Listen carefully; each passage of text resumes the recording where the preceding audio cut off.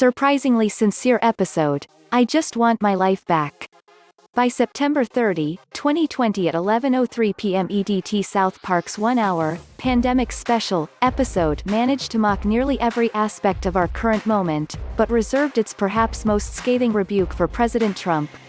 While many have characterized the Comedy Central series as having an increasingly libertarian or conservative bent in recent years, particularly as it's ripped into political correctness, Wednesday's episode unreservedly blasted Trump for his handling of the COVID-19 crisis.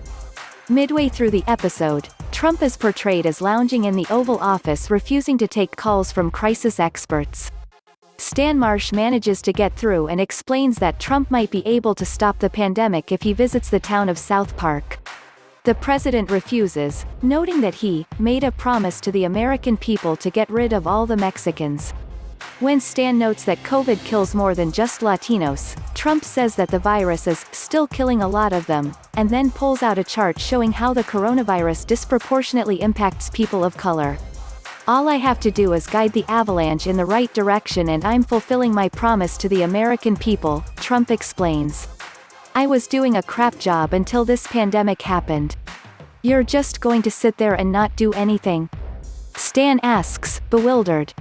I'm going to actively not do anything, Trump replies. And you can die.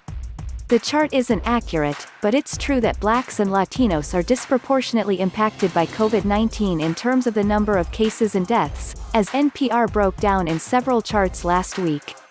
At the end of the episode, a cure for COVID-19 is finally found. But Trump blasts the scientist with a flamethrower to prevent the cure from being released. In an unusual moment of advocacy for the ever-facetious series, Trump reminded viewers to vote this fall. The show also took on police violence, with South Park cops going on a rampage, accidentally shooting a black student and covering it up and murdering kids caught out after curfew. Disney was also a target, with the pandemic's origins traced to Mickey Mouse's wild R-rated trip to China with Randy Marsh. It's your fault, Mickey Mouse.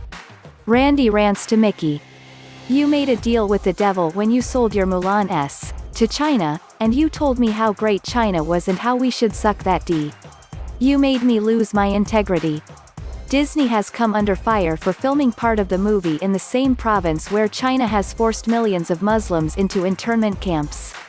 Other targets were hit as well, such as panic buying, improper mask wearing, social distancing, and Zoom sessions.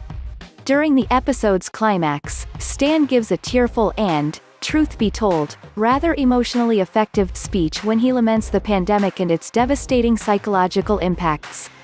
I can't take these shutdowns anymore and I'm scared what it's doing to me, he says.